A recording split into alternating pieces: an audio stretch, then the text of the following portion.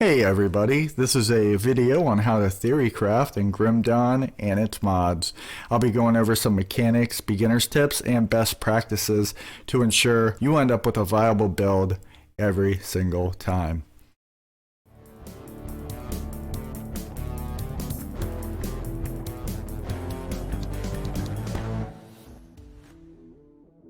Whether you're new to Grimarillion or its mods, or even if you're a veteran, the first thing that you're going to notice when you enter the game is an abundance of classes, sometimes 20 plus depending on what mod you are playing, and you are uncertain where to start.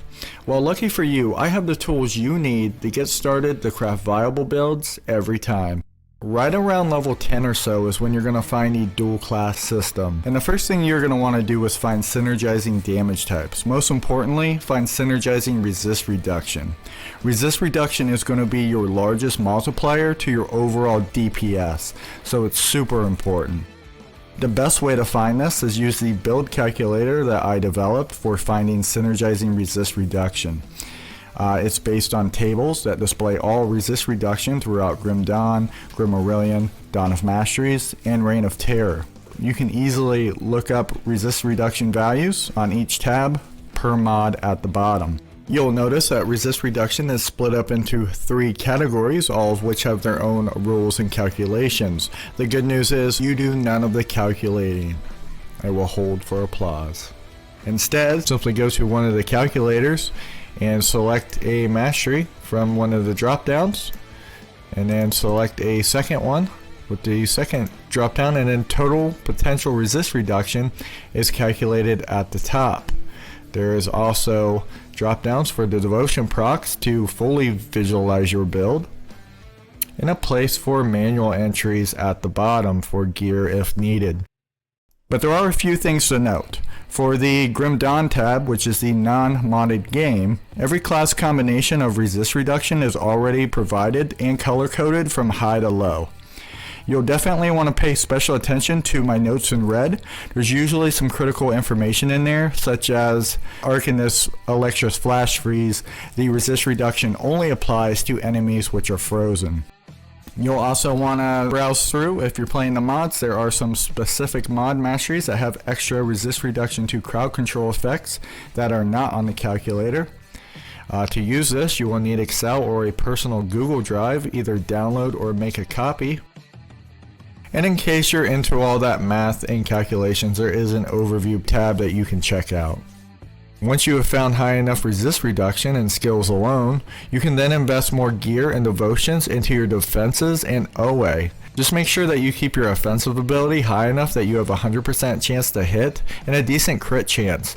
I usually keep my crit chance between 15 and 25%. This usually does me pretty well. If you can't find OA, make sure you seek out some sort of DA shred, which is a debuff to defensive ability. Once committed to 2 masteries, you can then begin to play and plan your defense. This is the order of defense calculation. I just want to throw this up on screen so you guys can have a good idea how damage is reduced. First things first is the damage passes through fumble, dodge, and projectile deflection. Once it passes through that filter, it is then applied against the chance to hit calculation, which is the defensive ability versus the enemy's offensive ability. Whatever damage passes through that is then reduced by the amount of shield bonuses you have. Whatever is left after that is then reduced to your bonuses to reduce damage from monster types. That damage is then reduced by armor and resistances, and finally the remaining amount of damage is reduced by damage absorption, and damage absorption is critical because it is calculated last. So after everything else has been accounted for, damage absorption calculates last, so we can literally reduce damage over time effects to 0. I prioritize my defenses into 4 tiers. The first tier of priorities is damage absorption. If you have a shield, then shield bonuses. You'll definitely want to keep your chance to block at 100% and your shield recovery time as close to 100% as well. Also, you want to keep your armor absorption at almost 100% at all times to further reduce physical damage. And if you're using weapon attacks, attack damage converted to health is extremely important. The second tier of priorities would lead with defensive ability. You definitely want to make sure your chance to be crit is 0% and your chance to be hit as low as possible. If you're having difficulty obtaining defensive ability, OA Shred, which is a debuff to the enemy's offensive ability, is also pretty handy. And finally, for tier 2, physical resistance, which I rank higher than the other resistances because it is more rare. So when you have the opportunity to stack it, you definitely should, because 90% of the damage that you'll be taking is going to be physical damage. For tier 3, we have damage reduction, which is a debuff to enemy damage. It's pretty situational, but it's going to be extremely important if you're fighting bosses. And then armor and resistances, you definitely cannot ignore these stats. You'll definitely want to have your resistances capped and keep your armor fairly high as you level up.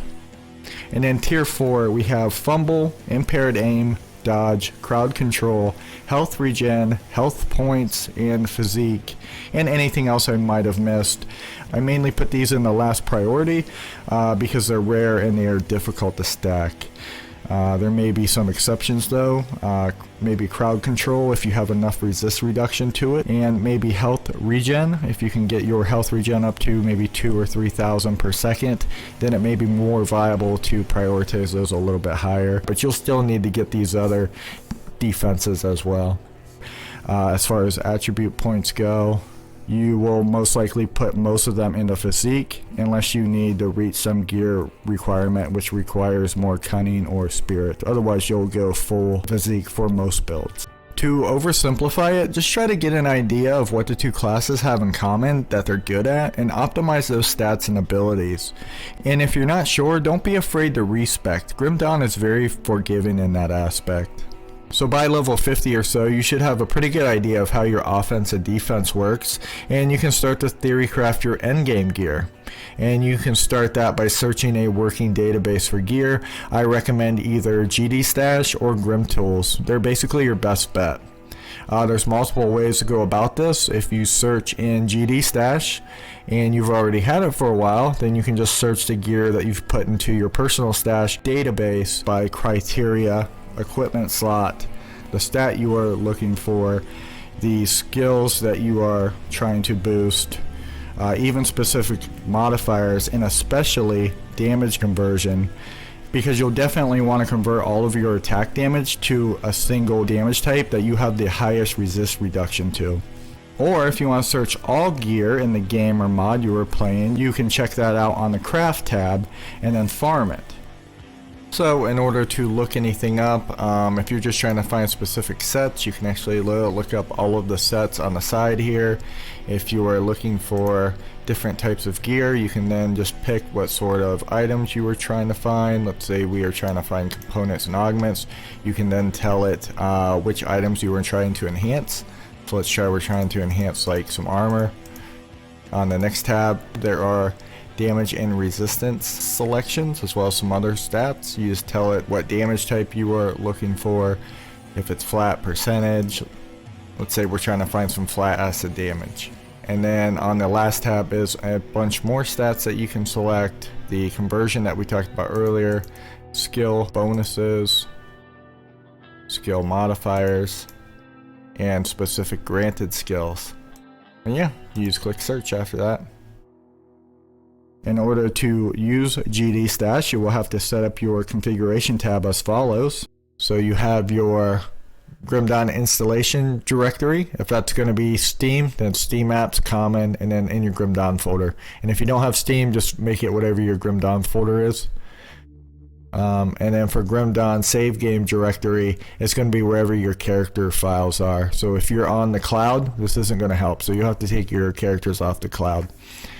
Selected mod, this is where you will select a mod. If you're not using one, just use it blank. And then the most important thing, you want to save your settings and import your database. And importing your database may take some time, but just, play a while, let it run in the background, and when you're ready, you can come back to it.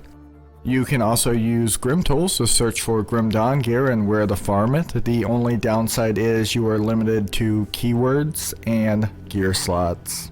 It's also a great resource for looking up Grim Dawn skills, devotions, monster databases, and maps. It also gives you the option to save your theory crafts. The only thing that is it only works for Grim Dawn characters.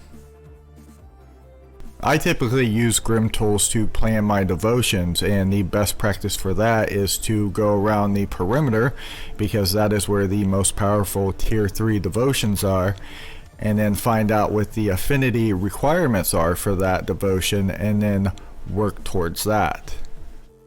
So one thing that GDStash doesn't directly provide, if you're playing mods and you do want a feature such as this, you can create a level 100 dummy character with max points and search all the skills and devotions and see how they scale.